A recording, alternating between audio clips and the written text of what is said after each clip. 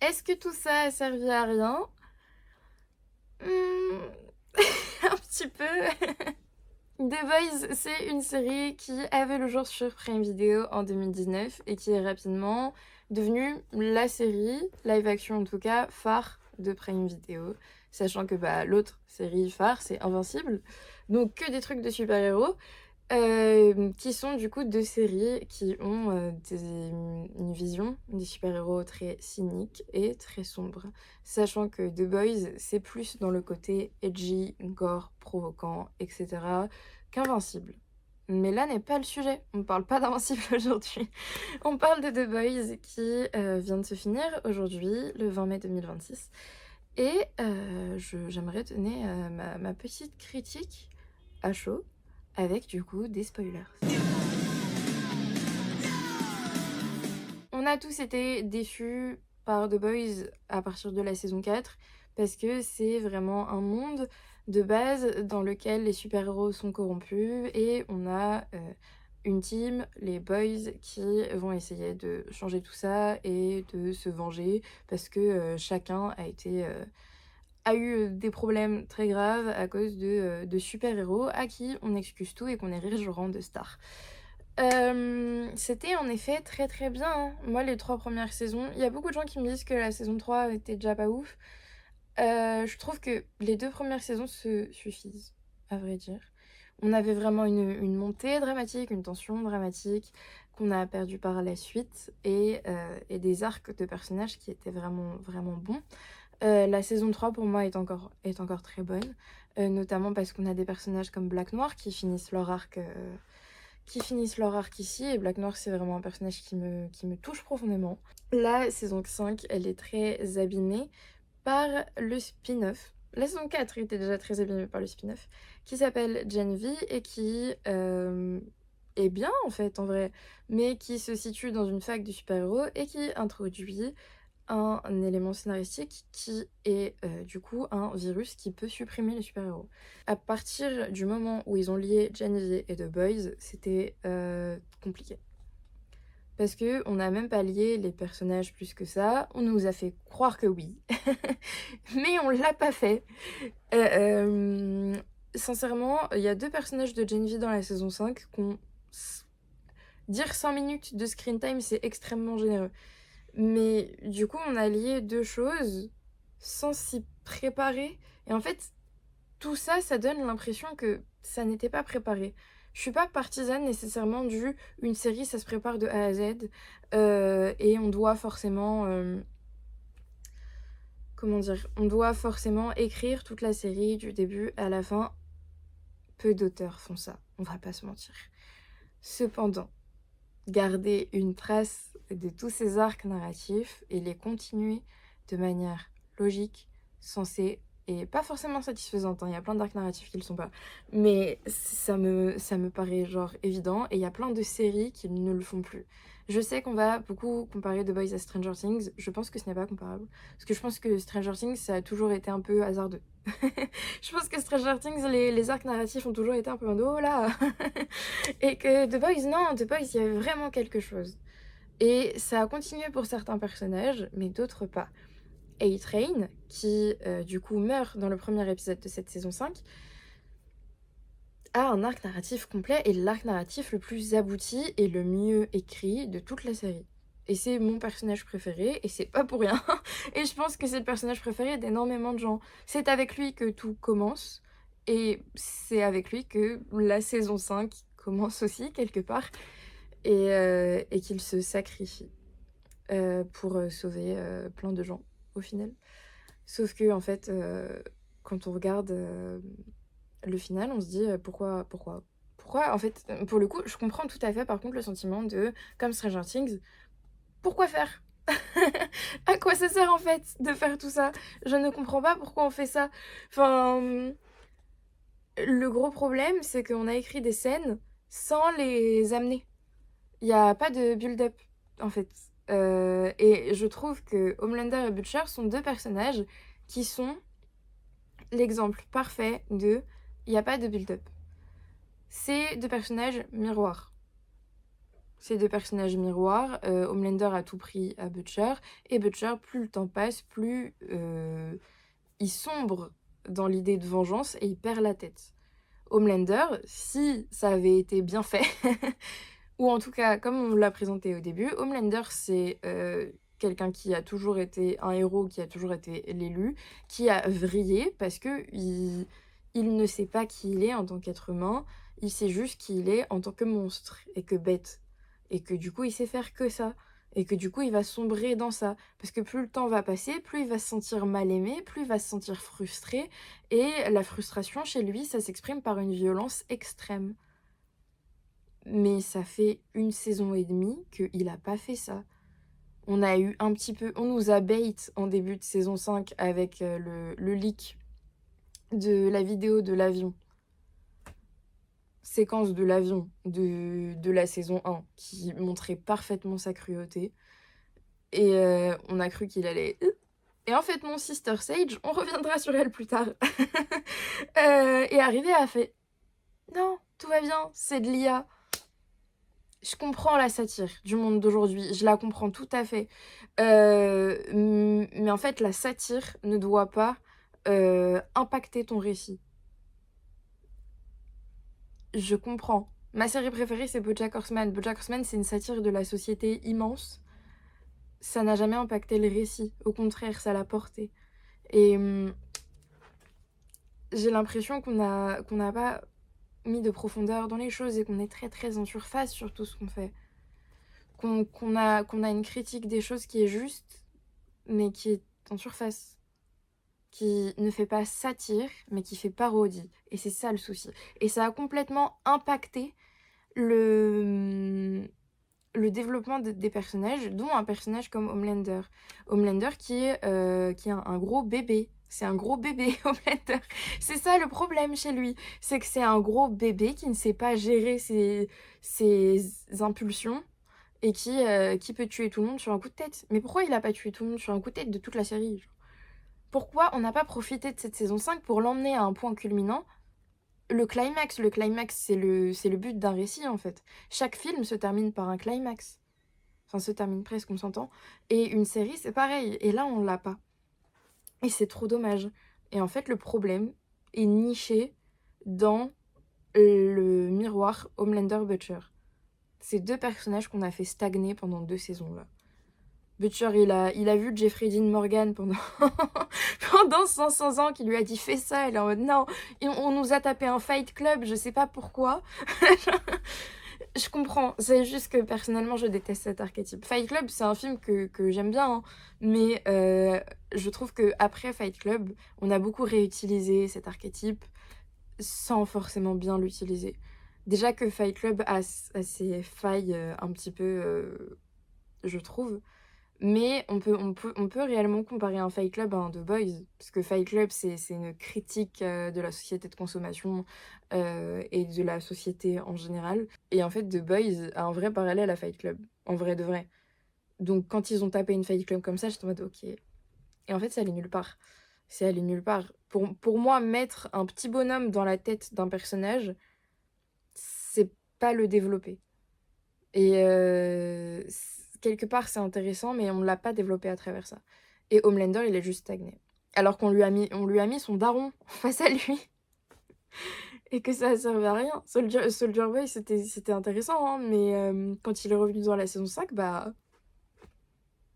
Moi, j'étais contente de voir Jensen Ackles parce qu'il est parfait pour ce rôle, mais... Et lui aussi, il était perdu. Et ce qui est cohérent avec son personnage d'être perdu, mais tu peux pas passer ton temps, toute une saison finale qui plus est, à dire il est perdu. Et quand enfin il exprime quelque chose de... C'était pas très sain ce qu'il exprimait. Mais quand enfin il exprime quelque chose, on le remet au frigo. Genre, ça fait 3 fois qu'on le met au frigo. Arrêtez de faire ça. Je comprends que... En vrai, le fait... S'il avait été dans le final... J'ai bégayé carrément. S'il avait été dans le final, ça aurait été compliqué. Ça aurait servi à rien. Mais en fait... Bah, faites autre chose, quoi. Le mettez pas au congélo, s'il vous plaît, quoi. S'il vous plaît. On nous a set up le truc de Butcher Homelander dès le départ. Et en fait, que ce soit dans leur développement individuel ou commun, en termes de rivalité, leur dynamique de personnage, ça n'a pas grandement évolué. Ça pique fin de saison 2. Et du coup, là, on a l'affrontement final. En gros, Kimiko, au final, avec tout ce qu'elle a subi, avec la radiation, tout ça, elle est capable d'avoir les mêmes pouvoirs que Soldier Boy. Du coup, on a dégagé Soldier Boy, on a fait « Hey Kimiko, fais comme lui, s'il te plaît !» Y a Ryan, du coup, qui pop. Et du coup, Kimiko, bam, explosion, ta ta ta ta ta. Ryan se fait blast, mais tranquille, c'est Ryan, il a envie. Et Homelander perd tous les pouvoirs. Donc, tout le truc de build-up de le V1, blablabli, blablabla, ça a servi à setup le futur spin-off. Je sais même plus comment il s'appelle. Il y a Vote dedans, évidemment, mais j'ai complètement oublié le nom. Mais du coup, le V1, ça servait à rien. Et en fait, tout ce qu'on a construit, ça servait à rien, puisque c'était construit en 30 minutes. Et encore, moins. C'est trop bête. C'est trop bête. Et du coup, il le tue avec son pied de biche. Et Homelander, il supplie. Parce que j'ai vu beaucoup de gens sur Reddit dire mais pourquoi il supplie et tout. Cohérent. En vrai, on doit... En vrai. En vrai, c'est cohérent qu'il supplie. Il a toujours été pathétique, Homelander. Il a des coups de sang en mode vous allez voir, c'est moi le meilleur parce que en fait, je suis une grosse merde. C'est ça, Homelander. Donc, qui supplie Butcher. Il allait pas partir comme A-Train, tu vois. Genre, il allait partir comme Homelander en suppliant. En disant, il dit I would hate your shit, un truc comme ça. J'avoue, c'est abusé, mais en vrai, ça va. Et il meurt. Et ça m'a fait bizarre de le voir mourir. Et je pense que je suis pas la seule, que c'est trop facile. C'est trop facile. On la nerf en 2 secondes. En fait, c'est comme si on était dans un jeu de combat et que on est dans Tekken. Voilà, prenons Tekken. On est dans Tekken, il y a un patch. Tout le monde va se plaindre du patch parce que son perso, il est nerfé. Et c'est exactement ce qui s'est passé. L'analogie est parfaite. Enfin, c'est... on la nerf d'un coup et il est mort. Ça m'a fait trop bizarre de voir iconographiquement Homelander, genre... Et j'étais en mode, c'est fini du coup. Et ouais, parce qu'après, ils vont dans une maison. Et ils sont en mode, wow, allez, on se repose, la fête, on boit des bières et tout. Et sauf que Butcher, il est en mode, je suis pas bien dans ma tête quand même. Bah oui, t'es Butcher, c'est normal. Parce qu'il faut quand même les faire évoluer ensemble, les deux. Bon, ça, au moins, on reste logique. Et Ryan a servi du coup d'outil narratif. Il est venu, il a fait le combat, blablabla. Et après, il est retourné avec eux dans la maison. Ryan lui dit, t'es pas un mec bien, je partirai pas avec toi, je veux pas faire ma vie avec toi. Super, bien vu Ryan. Butcher, il va dans sa chambre, il y a son chien, Terror. Terror, en fait, il est mort. Chose que, personnellement, je vais sur Does the Dog Die H24 parce que je supporte pas de voir des animaux qui sont pas bien. Mais ça va, c'était pas trop violent. Et en fait, Butcher, il se pose et d'un coup, il relève les yeux et il est en mode « je suis le mal incarné ». Et après, il y a tout un combat avec Yui un peu plus tard parce qu'il est en mode « oh là là, il va mourir quoi ». Je l'avais pré-shot et j'étais pas la seule, on l'avait tous pré-shot. Butcher, son arc narratif idéal, c'est de mourir. Pauvre Terror. Moi, j'étais dans le mal. Mais narrativement, ça fonctionne pas. C'est pas ok. En fait, narrativement, ça fonctionne pas de faire « ah, bah... » Et le regard Anakin Skywalker, hein. il a tapé le regard de Anakin Skywalker quand il va s'occuper des enfants, là. Voilà, c'est vraiment la revanche des Sith, hein. J'étais un peu... Et du coup, oui, il meurt dans les bras de Yui. Très bien. Très bon parallèle pour Yui et Butcher, par contre. Je trouve ça vraiment très très bien. Et après, chacun a sa petite fin.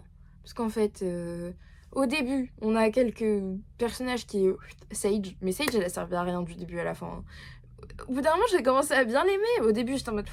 Et en fait, j'ai commencé à bien l'aimer. En fait, non. En fait, elle se fait attaquer par Kimiko. En gros, elle va provoquer Kimiko en disant « ouais, t'étais le chien de Frenchie, blablabli, blablabla ». Et du coup, je me dis « qu'est-ce qu'elle fait ?» Elle veut quoi, elle?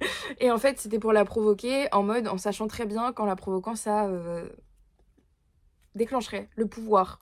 Du coup, le même pouvoir que Soldier Boy. Du coup, ça lui déglingue la tête. Et elle est en mode « waouh, je suis bête, c'est trop bien !» Je vous jure que c'est ça. « Je suis bête !» Et elle est en mode, on dirait qu'elle est défoncée. On dirait juste qu'elle est défoncée et elle est expédiée genre dans les 5-10 premières minutes, genre c'est en mode elle se casse, elle fait sa vie. Et genre j'étais en mode: «OK». Bon, bah, en vrai son caractère de «C'est trop dur d'être intelligente et je dois me lobotomiser et tout», bah, il est fini. En vrai de vrai, ça colle, mais pourquoi tu étais là, en fait?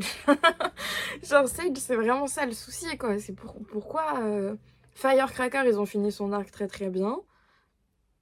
OK, mais Sage, tout le truc, elle a dit: «J'ai un plan, j'ai un plan, j'ai un plan» et en fait, non, elle est juste devenue teubée et elle était contente. En vrai, go off, hein, enfin go off non, c'est pas ça que je voulais dire. Enfin, bien wesh. Wesh Sage. On voit les personnages de Gen V, on voit il y a un troisième personnage, on voit Jordan et Marie. Mais elles servent à rien. Marie ne se bat pas. Est-ce qu'on se rend compte, s'il vous plaît, que on nous a build up pour le coup. Marie, elle a vraiment été build up et on l'utilise pas. Genre la meuf manipule le sang, ressuscite des gens et tout, on l'utilise pas. C'est un gâchis de ouf de personnage. C'est un personnage que j'aime bien en plus. Kimiko. Kimiko, j'avais très peur qu'elle meure. Pour rejoindre Frenchie, blablabla. Parce que c'est deux personnages qui ont trop dépendu l'un de l'autre. Et Frenchie, quand il est mort, il avait dépendu que de Kimiko au final. Il n'avait pas eu un véritable développement, je trouve. Parce que la manière dont on nous l'introduit dans le 1, dans la saison 1, il y a un truc vraiment intéressant. Mais en fait, non. C'est un simp, et c'est cool, puisque je les aime bien ensemble. Mais pour le coup, il est réduit au statut de simp, ce qui fait très bien, mais c'est un peu dommage par rapport à ce qu'on avait installé. Kimiko, c'est un personnage que j'aime beaucoup, et je suis très heureuse, en gros, que tout son arc, c'est j'ai survécu à des choses atroces, et je continuerai de survivre, et je vais réapprendre à vivre. Et Frenchie l'a aidé à réapprendre à vivre, et après, elle va continuer à vivre.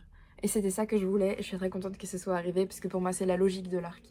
C'est pas le truc tragique de «Oh non, elle va mourir, elle va le rejoindre». Je suis très heureuse qu'ils aient continué son arc de manière aussi logique et aussi touchante. Parce que à la fin, la dernière scène où on voit Kimiko, elle est en France et elle mange des madeleines et la larme a coulé. Sincèrement, la larme a coulé. C'était trop mignon. Je réfléchis aux autres personnages, en termes d'arc narratif, hein. Ashley, elle a eu un élan de courage, elle a aidé les boys et après, bah, Ashley pour moi, toute la série, bon. Voilà, j'ai rien à dire sur Ashley. Au fader, il s'est fait éclat. Par MM, par Mother's Milk. MM qui a une super fin, MM qui adopte Ryan, je trouve ça très très cohérent, et qui épouse Monique, c'est Monique. Voilà, c'est un de mes personnages préférés aussi, je suis très heureuse qu'il ait sa petite happy ending, et c'est un personnage qui, dans son univers, continuera à faire le bien. Après, il reste Yui, qui finit avec Starlight. Yui, a good guy de A à Z. Yui, c'est un bon personnage de A à Z. C'est pas un personnage qui a un développement très...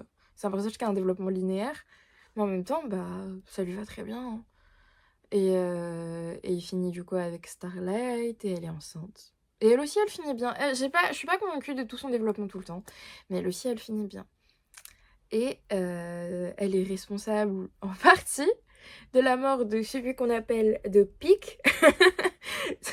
C'est deep, du coup. Du coup, j'ai fait un TikTok où j'ai pré-shot là les trucs, en vrai de vrai. Mais du coup, dans mon TikTok, je disais, pour moi, soit tu le fais pas mourir parce que ce serait bête de le faire mourir maintenant alors qu'il a passé 5 saisons à vesquiller tout et tout le monde parce que c'est un gros lâche, ou alors tu le fais mourir dans l'océan. Et les poissons, vraiment, ils se vengent. Dans une scène grotesque, genre.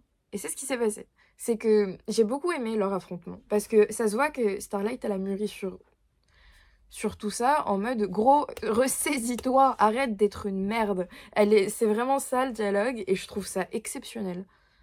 Et je trouve ça exceptionnel aussi que sa dernière ligne de dialogue à lui, c'est genre, tu m'as tout pris, j'étais dans les stars... dans le top 50 des stars d'IMDb, et j'étais en mode, c'est lui jusqu'au bout. C'est lui jusqu'au bout. Et là, j'ai capté qu'il allait canner. J'étais en mode ok.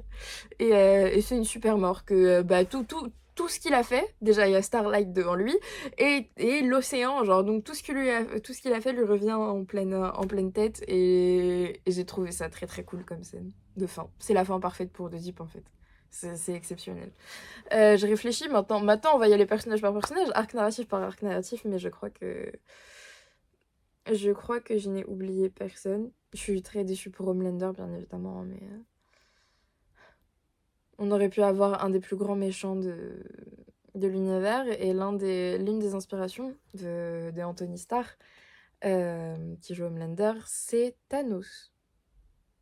Mais en fait, le problème de The Boys, c'est que on a eu des personnages bien écrits à la base, c'est parti en sucette, et qu'en fait, ils ont été carrés par des acteurs qui n'ont fait qu'un avec leur personnage et qui ont compris profondément, et je dirais même viscéralement, leur personnage.